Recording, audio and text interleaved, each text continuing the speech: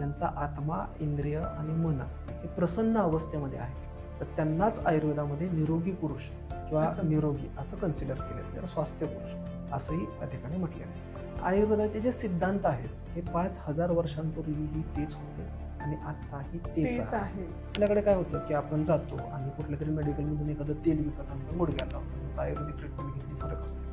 किंवा जे रस्त्याच्या कडेला वगैरे जे तंबू टाकून जी माणसं बसले असतात, सो कॉल्ड जे स्वतःला आयुर्वेदाचार्य मानत असतात, अशा लोकांकडे जाऊन आपण ट्रीटमेंट घेतो इन्स्टेड ऑफ की आपण कोणत्या तरी जे प्रॉपर BMSचं शिक्षण ज्यांनी घेतलेलं आहे, ज्यांचं MD झालेलं आहे, त्याच्यामध्ये अशा लोकांना आपण जास्त युजली प्रेफर करत नाही आणि मग आपण तिथे बदनाम कशाला करत असतो त्या आयुर्वेदाला. लोकांना माझं सजेशन असं आहे की जे काही मॉडर्नायझेशन आजकाल होत चाललेलं आहे, आपण प्रत्येक वेळेस नवीन नवीन नवीन अशा ज्या गोष्टी शोधत असतो. कारण काय बघा की हा आपल्या संस्कृतीशी जोडला गेलेला एक पार्ट आहे, म्हणून प्रत्येक वेळेस नवीन काहीतरी शोधणं जुनं शोधण्याचं कारण नसतं आणि म्हणून आपल्याला ह्या गोष्टी ज्या असतात ह्या अगदी तंतोतंत पाळणं गरजेचं आहे, कारण तिथं ऋणानुबंध जे असतात हे जोडले गेलेले असतात.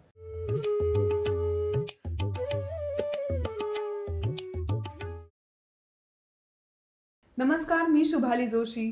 तुम्हा सगळ्यांचं पुन्हा एकदा स्वागत डॉक्टर बोलतोय तुमच्या आरोग्याची गोष्ट या शो मध्ये. आयुर्वेदातल्या अशा बऱ्याचशा गोष्टी आहेत ज्या सायंटिफिकली प्रूव्ह झालेल्या आहेत.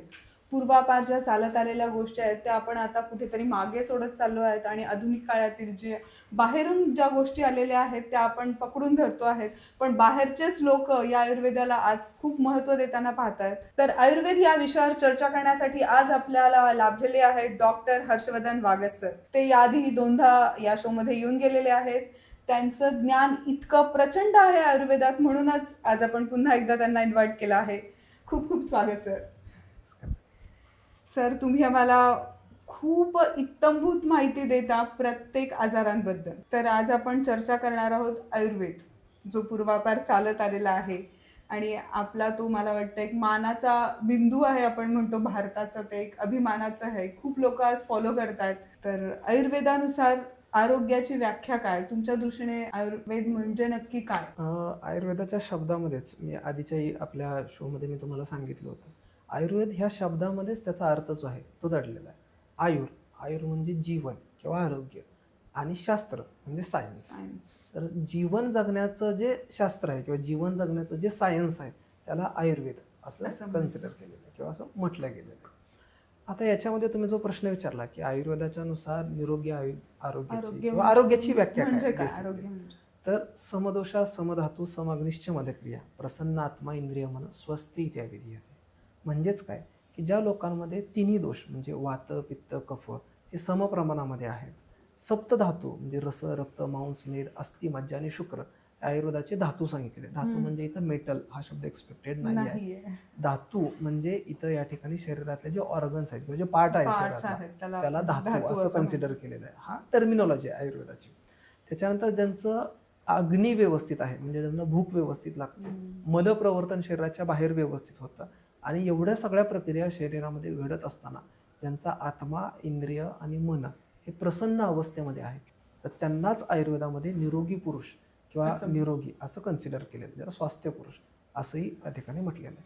तर ह्या सगळ्या गोष्टी ज्यावेळेस शरीरामध्ये घडत असतात किंवा ह्या सगळ्या म्हणजे चयापचयाची प्रक्रिया आहे, न्यूट्रिशनल व्हॅल्यू ज्याला आपण म्हणतो, मेटाबॉलिझम, ह्या सगळ्या गोष्टी आपण त्याला कन्सिडर करत असतो. इथं आयुर्वेदामध्ये ना प्रत्येक गोष्टीचा एकदम मायन्यूट लेवलवरती जाऊन विचार केलेला आहे. म्हणजे त्याच्या व्याप्तीमध्येच आपल्याला समजतं की म्हणजे जी व्याख्या त्यांनी सांगितलेली त्याच्यामध्येच त्यांनी किती ऋषीमुनींनी ह्या सगळ्या गोष्टींवरती विचार केलेला असेल. आणि हे टाईम टेस्टिंग मेडिसिन्स आहेत, म्हणजे हे जसजसा टाईम निघत गेला तसं त्याच्यामध्ये जे अपग्रेडेशन होत गेले, काळानुसार त्याच्यामध्ये बदल जे आहेत ते घडलेले. पण आयुर्वेदाचे जे सिद्धांत आहेत हे 5000 वर्षांपूर्वीही तेच होते आणि आताही तेच आहे. आणि त्याच्यामध्ये अगदी हल्ली आपण बघितलं तर कोविड सारखे आजार सुद्धा जे आहेत ते त्याच्या परिभाषेतून सुटत नाही. कारण आयुर्वेदाने आजार होण्याच्या पाठीमागं जे शरीरामध्ये घडणारे बदल असतात किंवा शरीरामध्ये घडणाऱ्या ज्या गोष्टी असतात यांना खूप जास्त महत्त्व दिलेलं आहे, पर्टिक्युलरली कोणत्याही आजारापेक्षा. मस्त सर. तुम्ही जसं सांगितलं की वात, कफ, पित्त हे याचा परिणाम म्हणजे आधी नेमकं काय, हे आधी सर्वसामान्य आमच्या बेसिकली काय बघा की लोकांमध्ये बऱ्याचशा असं दिसतं की फक्त दुखण्याचा त्रास चालू झाला, जॉईंट पेन व्हायला चालू झाले की लोक सांगतात मला वात झाला वात झाला, हो, किंवा ऍसिडिटी झाली किंवा पित्त चयापचयाच्या झालं. प्रक्रियेनंतर पित्त झालं आणि सर्दी खोकला झाला तर कफ झाला. कॉमन आहे. अशातला काही भाग नाही. तुम्ही जी अवस्था बघत असता ती त्या दोषाची दूषित झालेली अवस्था असते किंवा तो ट्रिगर झालेला दोष ज्याला आपण म्हणतो ओके. असं असतं. वायूच तंत्रयंत्रधारकाला असं सांगितलेलं किंवा वायू जो आहे तो शरीरातल्या प्रत्येक जे मुवमेंट जे असतात अगदी चयापचयाच्या प्रक्रियेपासून म्हणजे अगदी आपण युरिनला जातो, वॉशरूमला जातो, ह्या सगळ्या गोष्टींना कंट्रोल करणारा अपान वायू जो आहे तो सांगितलेला आहे. वाताचे जे आहेत ते एकदम डीपमध्ये एवढा थॉट आहे की त्याचे त्यांनी 5 प्रकार सांगितलेले आहेत. इव्हन बघा तुम्ही यज्ञ वगैरे ज्यावेळेस चालू असतो त्यावेळेस आपण जे आहुती देत असतो त्याच्यामध्ये प्राणाय स्वाहा, उदानाय स्वाहा, व्यानाय स्वाहा असं जे सांगितलं जातं त्याच्यामध्ये, तर हेच बेसिकली वाताचे 5 प्रकार आहेत शरीरातले. अगदी प्राणवायूपासून म्हणजे तुम्ही अगदी डीपेस्ट थॉट जिथं आपण बघतो तर त्यांनी 5000 वर्षांपूर्वी वाताचे 5 प्रकार, पित्ताचे 5 प्रकार, कफाचे 5 प्रकार, इव्हन एम्ब्रिओलॉजी सुद्धा एवढा मायन्यूट लेवलवरती म्हणजे आज आपण लॅबमध्ये आपल्याला ही एम्ब्रिओलॉजी वगैरे जे आहे हे शोधणं सोपं झालं. 5000 वर्षांपूर्वी एवढा डीप थॉट होता. प्रॉब्लेम कुठे झाला की राजाश्रय नव्हता आणि याचं जे एक्झॅक्टली सायंटिफिक वेनं जे प्रेझेंटेशन आहे ते लोकांपर्यंत होणं गरजेचं होतं. म्हणजे आपल्याकडे काय होतं की आपण जातो आणि कुठल्या तरी मेडिकलमधून एखादं तेल विकत आणतो, गुडघ्याला लावतात, नंतर आयुर्वेदिक ट्रीटमेंट घेतली फरकच नाही पडला. किंवा जे रस्त्याच्या कडेला वगैरे जे तंबू टाकून जी माणसं बसले असतात सो कॉल्ड जे स्वतःला आयुर्वेदाचार्य म्हणत असतात, अशा लोकांकडे जाऊन आपण ट्रीटमेंट घेतो इन्स्टेड ऑफ की आपण कोणत्या तरी जे प्रॉपर BMSचं शिक्षण ज्यांनी घेतलेलं आहे, ज्यांचं MD झालेलं आहे त्याच्यामध्ये पूर्ण, अशा लोकांना आपण जास्त युजली प्रेफर करत नाही. आणि मग आपण तिथं बदनाम कशाला करत असतो तर त्या आयुर्वेदाला करत असतो. आयुर्वेदाची ट्रीटमेंट कोणाकडून घ्यायची आणि कुठे घ्यायची हीच महत्वाची गोष्ट आहे. ऋतूनुसार आहार किंवा दिनचर्या महत्वाची का असते? ऍक्च्युली काय बघा की आयुर्वेदाचा प्रत्येक आजाराकडे किंवा प्रत्येक म्हणजे पर्सन आहे त्याच्याकडे बघण्याचा दृष्टिकोन जो आहे ना हा कम्प्लिटली वेगळा वेगळा आहे. होणारे आजार जे असतील किंवा प्रत्येक ऋतू जे असतील ऋतूनुसार म्हणजे अगदी बघा आपल्याकडे हा जो फॅक्टर आहे ना हा महाराष्ट्रामध्ये खूप चांगल्या पद्धतीने जोपासला गेलेला आहे. ऋतुचर्या ज्याला आपण म्हणतो म्हणजे काय बघा की वसंत ऋतू ज्यावेळेस चालू होतो त्यावेळेस आपण गुढीपाडवा सगळेजण साजरा करतो. गुढीपाडव्यामध्ये जे वाटण तयार करून दिलं जातं, कडुलिंबाची जी फुलं असतील, गुळ असेल, हरभऱ्याची डाळ असेल, तर हा जो कन्सेप्ट आहे हा महाराष्ट्रामध्ये चांगल्या पद्धतीने बाकीच्या स्टेटपेक्षा महाराष्ट्रामध्ये जोपासला गेलेला आहे. अभिमानाची गोष्ट आहे की आपण संस्कृती अद्याप सोडलेली नाहीये, आपल्या आपण संस्कृतीला पकडून आहोत. तर आयुर्वेद जे आहे ना हेच आहे, जीवन जगण्याचं शास्त्र आहे ते. फक्त औषधं म्हणजे आयुर्वेद नाहीये, फक्त पंचकर्म म्हणजे आयुर्वेद नाहीये. तुम्ही खाण्यापिण्याच्या ज्या गोष्टी आहेत, कोणत्या गोष्टी कुठल्या ठिकाणी कशा युटिलाइज करायच्या किंवा कोणत्या ऋतूमध्ये, म्हणजे काय आता ग्रीष्म ऋतू चालू आहे म्हणजे साधारणपणे एप्रिल-मेच्या काळामध्ये हा ऋतू येतो किंवा वसंत ऋतू आहे जो मार्च महिन्यामध्ये येतो. त्या काळामध्ये प्रामुख्याने जो कफाच्या प्रकोपाचा काळ सांगितलेला म्हणजे कफ जो असतो त्या अवस्थेमध्ये वाढलेला असतो, दम्याचे त्रास वाढलेले असतात, स्किनच्या रिलेटेड तक्रारी जे असतात त्याच्यामध्ये जास्त असतात, श्वसनाच्या रिलेटेड तक्रारी जे असतात त्या सीझनमध्ये जास्त असतात, ह्या आपल्याला जास्त बघायला मिळतात. आणि अशा वेळी जर तुम्ही कफ वाढवणारा आहार सेवन केला तर तुमचा आजार जो आहे तो ट्रिगर होऊ शकतो. इव्हन ज्या लोकांना ते आजार नाहीयेत ते होण्याच्या संभावना जास्त असतात. मग कोणत्या ऋतूमध्ये आपण कोणत्या प्रकारे आहार सेवन केला पाहिजे त्याला आपण ऋतुचर्या असं आपण कन्सिडर करतो. इव्हन मॅडम मी तुम्हाला सांगतो की दिनचर्या नावाचा जो कन्सेप्ट आहे सकाळी उठल्यापासून म्हणजे काय बघा की तुम्ही दात घासण्यापासून दंत दाबून ज्याला म्हणतो, जीवानिर्लेखन म्हणजे जीभ कशी साफ करायची हे अगदी सायंटिफिक वेने ग्रंथामध्ये दिलेलं आहे. पण त्याकडे बघण्याचा दृष्टिकोन जो आहे तो आपला स्वतःचा जो आहे तो बदलला पाहिजे. मी तुम्हाला सांगतो जुन्या काळामध्ये ऍडव्हर्टाईज यायच्या टीव्हीवरती, ते म्हणायचे तुम्ही अजूनही कोळशाने दात घासता का, अजूनही तुम्ही मिठाने दात घासता का, आणि आता काय विचारलं जातं तुमच्या टूथपेस्टमध्ये मीठ आहे का किंवा तुम्ही कोळसा वापरता का. आयुर्वेदाचे जे कन्सेप्ट आहेत हे कधीच बदललेले नाही. 5000 वर्षांपूर्वी आयुर्वेदाचे कन्सेप्ट त्याच्यामध्ये ते तुम्हाला दिसायला चालू झालेलं. तर इथे काय बघा की जे ऋतुचर्या असेल किंवा दिनचर्या असेल सकाळी उठल्यापासून रात्री झोपेपर्यंत, इव्हन तुम्ही कपडे कशी घातली पाहिजे, तुम्ही ऋतूनुसार कपडे कसे असायला पाहिजे, एवढ्या डिपेस्ट थॉट जो आहे त्याचा तो त्या ठिकाणी. म्हणजे तांबूल सेवन नावाचा एक प्रकार आहे. तांबूल सेवन म्हणजे काय, पान खायला सांगितलं. आजकालचं हे टपरीवरती मिळणारं पान ते वगैरे नाही. आयुर्वेदाला एक्सपेक्टेड तिथं मुळातच नाहीये. तो अगदीच मिसइंटरप्रेट केला गेलेला तो कन्सेप्ट आहे नंतर पुढे जाऊन आयुर्वेदातला. तर वेगवेगळ्या आजारानुसार जे त्याच्यामध्ये घालण्याची जी औषध आहेत ते सांगितलेले. बेसिक कन्सेप्ट काय आहे त्याच्या पाठीमागचा, जे पान आहे अगदी मॉडर्न सायन्समध्ये सांगायचं म्हटलं तर ते फायबर रिच आहे आणि पोट साफ होण्यासाठी आपल्याला मदत होते. आयुर्वेदाच्या नुसार जे पान असतं म्हणजे ज्याला नागवेलीचं पत्र असं म्हटलं जातं, त्याने शरीरातलं पित्त आणि कफ जो असतो तो कमी व्हायला मदत होते. त्याच्यामध्ये कात जो घातला जातो तो मुखशुद्धीकर आहे, म्हणजे तोंडामध्ये जी घाण वगैरे जी तयार होत असते ती साफ होण्यासाठी त्याच्यातून मदत होते. त्याच्यामध्ये जो चुना वापरला जातो हा काही अंशी जो आहे जर अगदी अल्प प्रमाणामध्ये जर घेतला तर तो पित्त किंवा वात जो आहे शरीरातला तो कमी करण्यासाठी मदत केली जाते. आणि काही कंडिशन्समध्ये जी सुपारी असते, मी सुपारीला प्रमोट करत नाहीये, पहिली गोष्ट सुपारी अतिशय प्रमाणामध्ये खाणं हे आरोग्यासाठी धोकादायकच आहे. पण सुपारीच्या सुद्धा काही मेडिसिनल प्रॉपर्टीज आहेत, किती प्रमाणामध्ये ते घेतले तर सुपारी जी ती कृमिघ्न सांगितलेली आहे, म्हणजे जंत शरीरातले जे ते कमी करण्यासाठी मदत होते. इव्हन सुपारीचं पाणी करून म्हणजे काही काळासाठी तुम्ही जर पाण्यामध्ये सुपारी भिजवत ठेवली आणि नंतर त्या पाण्यामध्ये तुम्ही हळद घालून जर ते स्किन धुण्यासाठी म्हणजे फंगल इन्फेक्शन वगैरे जर असेल तर त्याच्यावरती ते कृमिघ्न म्हणून जे आहे ते काम करते, ती त्वचेसाठी चांगले असं सांगितलं. हे खूप छान म्हणजे प्रत्येक गोष्टीकडे बघण्याचा जो आयुर्वेदाचा कन्सेप्ट आहे हा वेगळा आहे. आयुर्वेदाला त्याच्यातली चांगलीच गोष्टी फक्त दिसल्या, वाईट गोष्टी आपल्याला टाळून द्यायच्यात. आणि नंतरच्या काळामध्ये काय झालं, याच्यातले फक्त जे वाईट गोष्टी आहेत त्याच हायलाईट होत गेल्या, म्हणून पानासारखी चांगली गोष्ट जी आहे तिला समाज मान्यता मिळाली नाही. ह्या सगळ्या आरोग्यासाठी चांगल्या असणाऱ्या गोष्टी आहेत, फक्त त्या कुठं वापरायच्या, कोणत्या पद्धतीने वापरायच्या, त्याचं सेवन कसं करायचं याचा गायडन्स तुम्ही डॉक्टरांकडून वैद्यांकडून घेणं गरजेचं आहे. खरंच खूप छान सांगितलं सर. मी आता येणारच होते, जे आपलं रुटीन आहे, दिनचर्या आहे ती आयुर्वेदानुसार हे वेगवेगळे आजार आपल्याला जे होतात ते टाळण्यासाठी कितपत योग्य आहेत? ऍक्च्युली काय आहे, आयुर्वेद ज्या काळामध्ये लिहिला गेला त्याही काळाचा आणि आत्ताच्या काळाचा जो आहे तो विचार इथं आपल्याला करणं गरजेचं. म्हणजे ब्रह्ममुहूर्ते उठायला सांगितलेलं आहे. माझ्याकडे आमचे एक दादा मध्यंतरी क्लिनिकमध्ये आले होते. मी त्यांना सांगितलं की दादा ग्रंथामध्ये सांगितलेलं आहे की ब्रह्ममुहूर्ते उत्तिष्ठे असं सांगितलेलं आहे.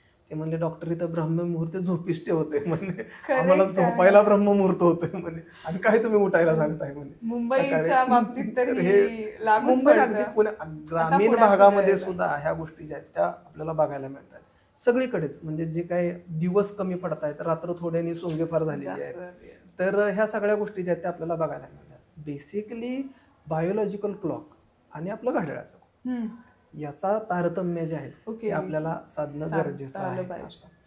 काही लोक असे आहेत की रात्रभर जागत असतात, नाईट शिफ्ट असतात, अशा लोकांनी सुद्धा डॉक्टरांचा सल्ला घेऊन काम सोडून देणं हा काय त्याच्यावरचा उपाय नाहीये, बरोबर. तर त्याच्यावरती आपल्याला ह्या कामाला ऍडजस्ट होईल असा आहार जो आहे हा ठेवणं गरजेचं आहे, किंवा ह्या कामाला ऍडजस्ट होईल असं रुटीन जे आहे आपल्याला ते आपण डॉक्टरांच्या सल्ल्याने जे आहे ते सेट करणं गरजेचं आहे. प्रत्येक वेळेस फक्त प्रोटीनच खाणे, प्रत्येक वेळेस फक्त मिनरल्स कमी पडत आहेत म्हणून ते घेणे हा त्याच्यावरचा उपाय मुळातच नाहीये. तुमचं असणारं शेड्यूल त्याच्यानुसार तुमचा डाएट, तुमचं असणारं शेड्यूल त्याच्यानुसार तुमचं राहणं खाणं वगैरे झोपणं कसं असावं हे सगळ्यात जास्त गरजेचं आहे. कारण आयुर्वेदाचे जे त्रयोपस्तंभ सांगितलेले आहेत त्याच्यामध्ये आहार, निद्रा आणि ब्रह्मचर्य ह्या 3 गोष्टी ज्या आहेत त्या सगळ्यात महत्त्वाच्या आहेत. त्याच्यातल्या 2 गोष्टी ज्या आहेत ह्या आपल्याला अगदी तंतोतंत पाळणं गरजेचं आहे. ते म्हणजे आहार आणि दुसरा म्हणजे निद्रा. निद्रा म्हणजे झोप, आणि आपल्या शरीराचं रिकन्स्ट्रक्शन जे असतं हे सगळ्यात जास्त आपण ज्यावेळेस झोपलेलं असतो त्याच वेळेमध्ये होत असतं.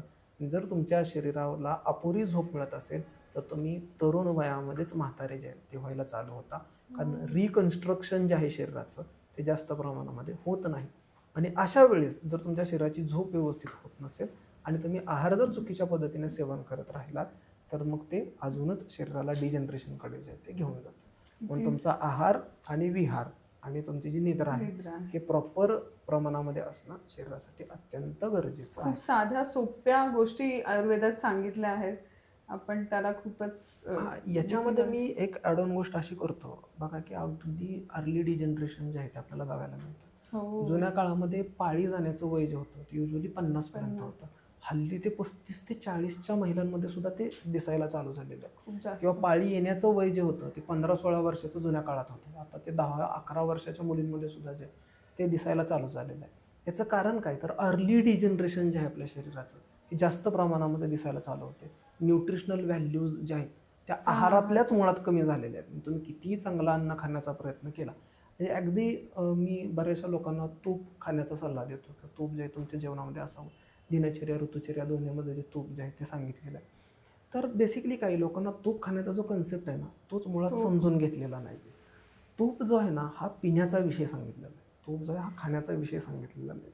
वेळोवेळी मी याची जी माहिती असते ती लोकांपर्यंत पोहोचवायचा थोडाफार जेवढं माझ्या पद्धतीने होईल तेवढं काम करत असतो. तूप जर आपण चपातीला लावून खाल्लं तर त्याच्या प्रॉपर्टी वेगळ्या आहेत. तर ते चपातीच्या प्रॉपर्टी पुढे कॅरी फॉरवर्ड करतात आणि स्वतःच्या प्रॉपर्टी ज्या ते सोडून देतात. आणि अशा प्रकारे जर तुम्ही तूप खाल्लं तर तिथे तुम्हाला तुपाचे स्वतःचे गुणधर्म जे असतात ते मिळत नाही. जर तूप तुम्ही भातात टाकून खाल्लं तर तूप त्या तांदळाचे किंवा त्या भाताच्याच प्रॉपर्टी पुढे कॅरी फॉरवर्ड करतं. तिथे तुम्हाला तुपाच्या ज्या प्रॉपर्टीज एक्सपेक्टेड असतात म्हणून त्या तूप हे तुम्हाला खाण्याचं मिळत नाही तर पिण्याचं जे आहे ते सांगितलं. मस्त. मला तर वाटतं याच्यावर एक वेगळा एपिसोड विषय होऊ episode होऊ शकतो. आता शकतो. तूप जे आहे ना त्याच्यामध्ये पण अजून 2 पार्ट सांगितलेले आहेत. तूप तुम्ही कोणत्या काळामध्ये सेवन करता. अच्छा. जर तुम्ही तूप सकाळी उपाशी पोटी घेतलं तर ते बुद्धी वाढवतं आणि तूप जर तुम्ही रात्री झोपताना घेतलं तर ते तुमचं मेटाबॉलिझम किंवा पचन संस्था जी असते ती नॉर्मल करण्यासाठी मदत करते. म्हणून लहान मुलांना जर आपण तूप देत असू तर चपातीला लावून देण्यापेक्षा सकाळी उपाशी पोटी अगदी अल्प प्रमाणामध्ये जर तुम्ही ते प्यायला दिलं तर त्यांची स्मरणशक्ती किंवा बुद्धी वाढवण्यासाठी ते त्यांना मदत करेल. लहान मुलांपासून मोठ्या माणसांपर्यंत जे कॉन्स्टिपेशनचे त्रास असतात, पोट साफ होण्याच्या ज्यांच्यामध्ये तक्रारी असतात, अशा लोकांमध्ये जर तुम्ही रात्री झोपताना त्यांना तूप प्यायला दिलं तर ते त्यांची पचन संस्था जी आहे ती व्यवस्थित करण्यासाठी मदत होते.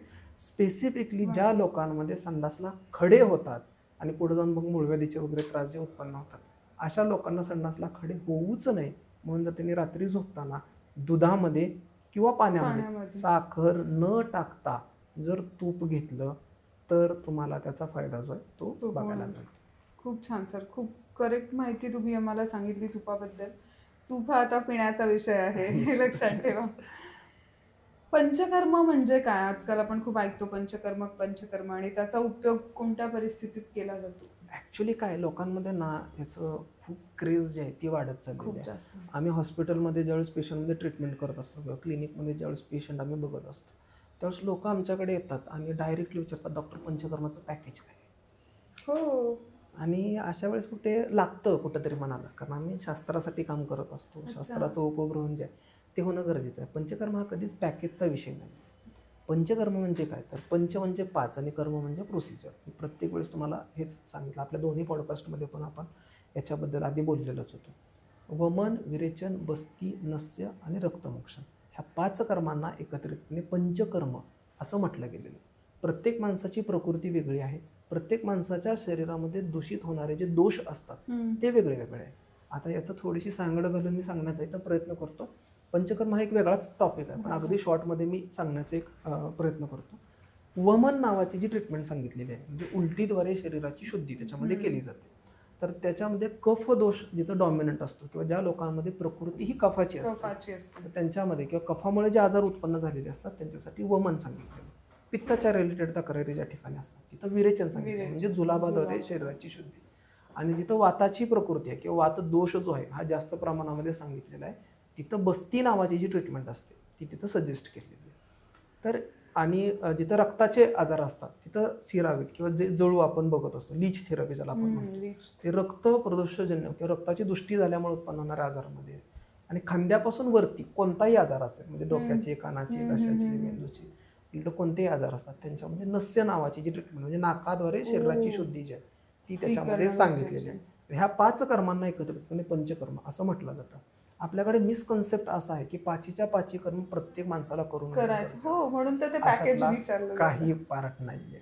तुमची प्रकृती कोणती आहे त्याच्यानुसार फार फार तर 1 किंवा 2 कर्म जे असतात तीच कर्म माणसामध्ये इनफ असतात. जर तुमची प्रकृती वाताची असेल तर फक्त तुम्हाला बस्ती चिकित्सा सुद्धा सफिशियंट ठरू शकते. बाकीच्या ट्रीटमेंट जे असतात त्या तुम्हाला करणं गरजेचे नाही. इथे काय बघा पंचकर्माचं जे बेसिक प्रयोजन आहे ते 3 पार्टमध्ये तुम्हाला सांगितलेलं आहे.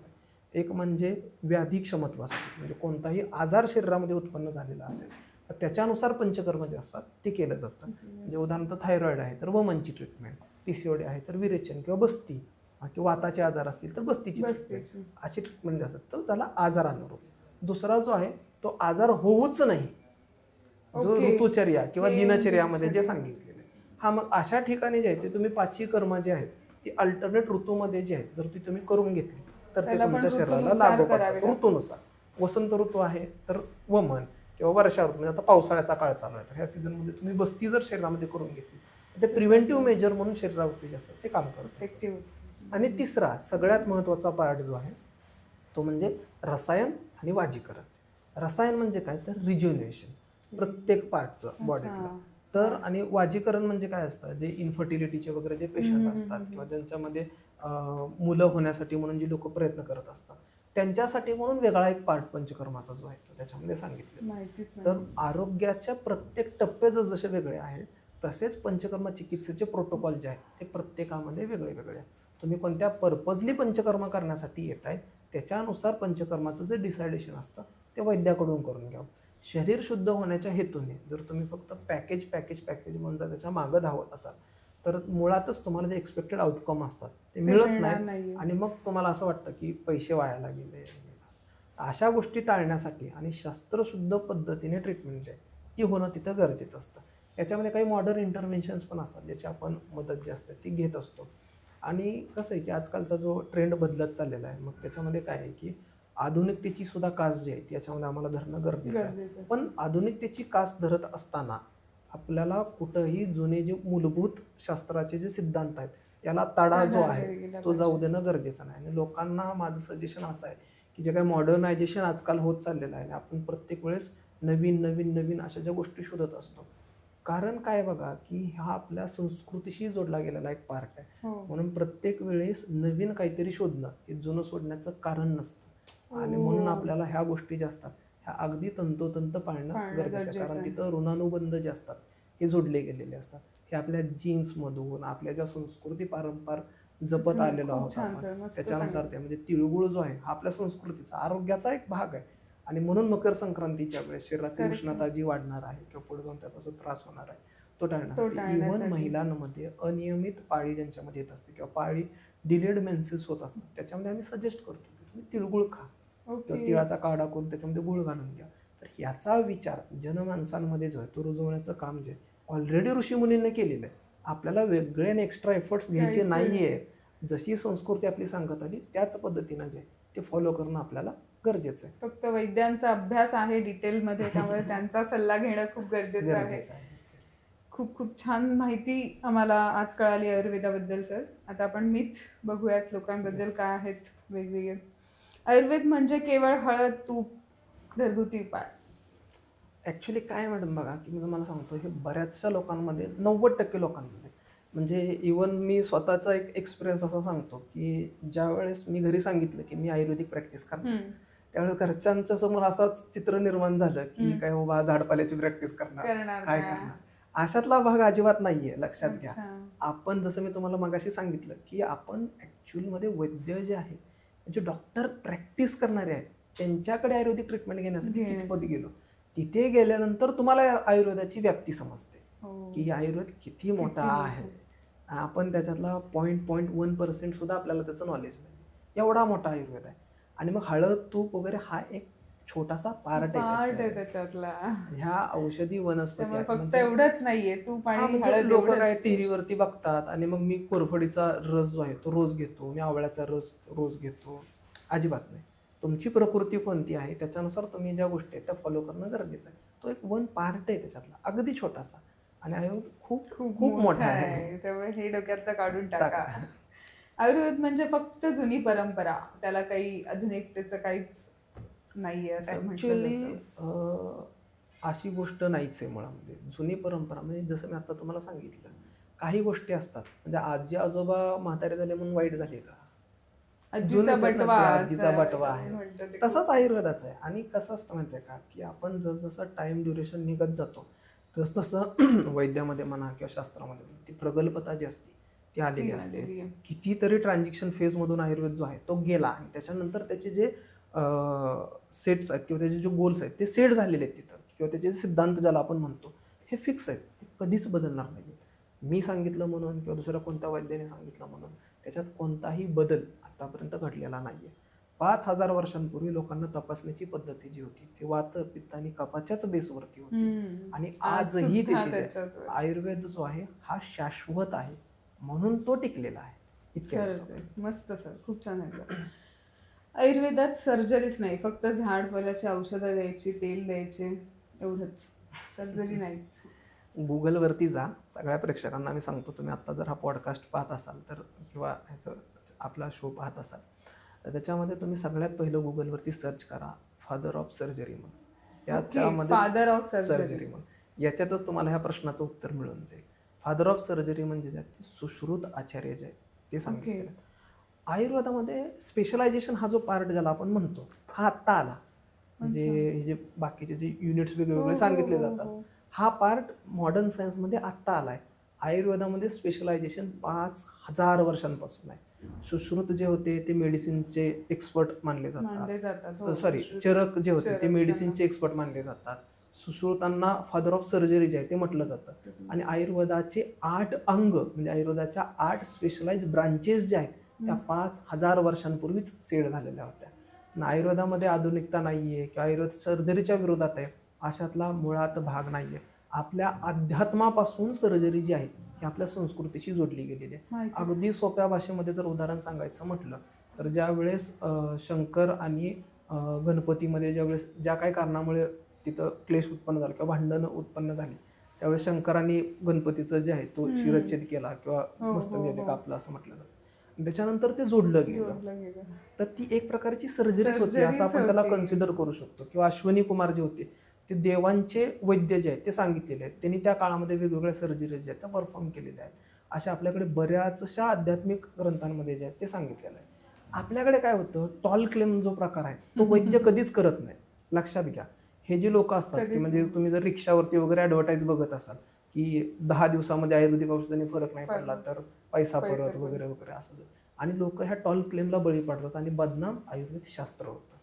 म्हणून या ठिकाणी आपण जो ट्रीटमेंट घेत असतो ती वैद्याकडे जाऊन जे आहे ती घेणं गरजेचं असतं. आणि वेगवेगळ्या प्रकारचे जे ऑपरेटिव्ह प्रोसिजर्स आहेत त्या सुश्रुतांनी जगाला दिलेली देण आहे. म्हणून फादर ऑफ सर्जरी जे आहे ते सुश्रुताला म्हटलं जातं. आणि आयुर्वेद कुठंही सर्जरीच्या विरोधात नाही. आयुर्वेदामध्ये वेगवेगळ्या प्रकारच्या सर्जरी स्वतः आयुर्वेदाने सांगितल्या. तो माणूस म्हणजे तो ग्रंथ ते शास्त्र कसं सर्जरीच्या विरोधात असेल. तर ह्या सगळ्या गोष्टी ज्या असतात ना की म्हणजे लोकांना मिसगाईड करण्यासाठी म्हणून किंवा मिसकन्सेप्ट लोकांमध्ये रुजवण्यासाठी म्हणून ज्या वापरल्या जातात की तुमची सर्जरी मी ह्या आयुर्वेदिक पद्धतीने टाळली, हे टाळलं, ह्याचं ऑपरेशन टाळलं. स्पेसिफिकली हे कुठं सांगितलं जातं तर पाईल्सच्या ऑपरेशनबद्दल किंवा मुतखड्याच्या ऑपरेशनबद्दल ते सांगितलं जातं. आता ज्याच्यामध्ये सर्जरी सायन्सनंच सांगितलेली आहे तर सायन्स कसं विरोध करेल. आयुर्वेदिक औषध घेतली मग अशी तुम्ही सांगितलं ऍड जी आली पैसे परत, तसंच आहे आयुर्वेदिक औषधं घेतली की साईड इफेक्ट होतच नाही. बेसिकली काय बघा, हे काही अंशी हा जो प्रश्न आहे ना हा औषधांच्या बाबतीत जो तो लागू पडतो. अच्छा, उदाहरण मी तुम्हाला सांगतो. मिरची जी आहे तुम्ही अतिशय प्रमाणामध्ये सेवन केली, मिरची तिखट आहे, दुसऱ्या दिवशी संडासला त्रास होणारच, जळजळजळती होणार.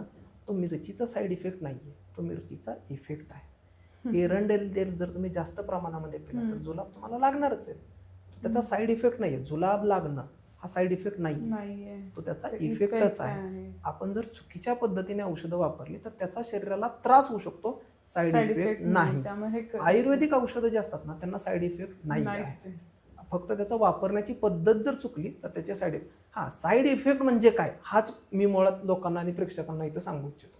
एखादा आजार बरा करत असताना, एखादा आजार बरा करण्यासाठी म्हणून जर आपण एखादं औषध घेतलं आणि त्या औषधामुळे जर दुसरा आजार शरीरामध्ये उत्पन्न झाला तर त्याला साईड इफेक्ट असं म्हटलं जातं. तर म्हणजे बेसिक लोकांना ज्यांच्यामध्ये माहीत नाही की साईड इफेक्ट म्हणजे काय, जसं आता मी तुम्हाला सांगितलं की आयुर्वेदिक औषधांना इफेक्ट असतात, फक्त जर ते चुकीच्या पद्धतीने औषधं वापरली तर त्याचा त्रास होऊ शकतो, साईड इफेक्ट नाही. मग ही जी आयुर्वेदातली औषधे ही सगळ्यांना सारखीच असतात असं एक म्हटलं जातं. अशातला काही पार्ट नाही आहे. याच्यामध्ये काय असतं बघा की प्रकृती वेगळी आहे. म्हणजे आम्हाला एवढ्या मायन्यूट लेवलवरती विचार करून जे आहेत ते औषधं द्यावी लागतात. फक्त आता कसं आहे लोकांमध्ये असं आहे की एक गोळी खाल्ली की माझं झालं, मग एवढी 4-4, 5-5 औषधं मी का घेणं. आणि दुसरा एक लोकांमध्ये असा मिसकन्सेप्ट आहे की आयुर्वेदिक औषधांना पथ्य खूप जास्त प्रमाणामध्ये असतात. अजिबात नाही. पथ्य ही कधीच औषधाला नसतात, पथ्य ही आजाराला असतात. अच्छा, म्हणजे एक उदाहरण तुम्हाला सांगतो. एखाद्याला डायबेटीज आहे, डायबेटीजची गोळी खाल्ली म्हणून साखर खाल्ली तर चालते का? एखाद्याला बीपीचा त्रास आहे, मी बीपीची गोळी रोज खातो म्हणून त्याने मीठ खाल्लं तर चालेल का? तशातलाच पार्ट आहे. आम्ही फक्त पेशंटचा कन्सर्न जास्त बघतो आणि पेशंटला त्रास कोणत्या कोणत्या गोष्टीमुळे होतो. चांगलं सांगणारच नेहमी वाईट असतो. अशातला तो हो, पार्ट आहे. खूप पथ्य पाळावी लागतात पथ्य पाळावी आयुर्वेदिक लागतात औषधं आणि म्हणून घेताना ते असं लोकांमध्ये म्हटलं असं होतं. आम्ही जसं तुम्ही आता विचारलं की औषधं सगळ्यांसाठी सारखीच असतात, अशातला काही पार्ट नाहीये. आयुर्वेदामध्ये एका डॉक्टरांचं आयुष्य जरी संपलं तरी आयुर्वेदातली औषधं संपत नाहीत. कारण आयुर्वेदाने काय सांगितलेलं आहे, निसर्गाने नास्ती मलमूलम ही औषधं, असं म्हणजे एक श्लोक आहे त्याच्यातला एक पार्ट आहे हा, की निसर्ग निर्मित अशी कोणतीच गोष्ट नाहीये की जी औषध नाहीये. जे औषध नाहीये. हा, ओ, निसर्गाने निर्मित निर्माण केलेली, निसर्गाने निर्मित केलेली जी प्रत्येक गोष्ट आहे ती औषधच आहे. फक्त आपण कोणत्या पद्धतीने आणि कोणत्या प्रकारे वापरतो त्याच्यानुसार त्याचं जे व्हेरिएशन्स असतात ते बघायला मिळतात. प्रत्येकासाठी आहे वेगवेगळे. हा, प्रत्येकासाठी ती औषधं वेगळी वेगळी आहेत. हा, फक्त काय होतं की काही काही गोष्टी ज्या असतात ज्या कॉमनली अवेलेबल असतात आणि ज्या लोकांमध्ये घरच्या घरी घेण्यासाठी किंवा आणि त्याच्या मल्टिपल अँगलने त्याचा वापर जो असतो तो आपण करू शकतो. त्यामुळे साधी सोपी उदाहरण म्हणजे सुंठ आहे, आलं आहे, हळद आहे. डॉक्टर काय करतात की लोकांना जास्त कष्ट नको आणि सहजासहजी अवेलेबल असणाऱ्या गोष्टी, त्यामुळे हा गैरसमज त्याच्यामुळे हा गैरसमज कदाचित निर्माण झालेला असा. करेक्ट सर, खूप छान सांगितलं तुम्ही. आयुर्वेद नक्की काय आहे आणि आयुर्वेद किती आपल्यासाठी महत्वाचा आहे, लोकांनी का आयुर्वेदाकडे वळलं पाहिजे, आज याची आम्हाला इत्तमभूत माहिती मिळाली. खूप खूप धन्यवाद सर. धन्यवाद.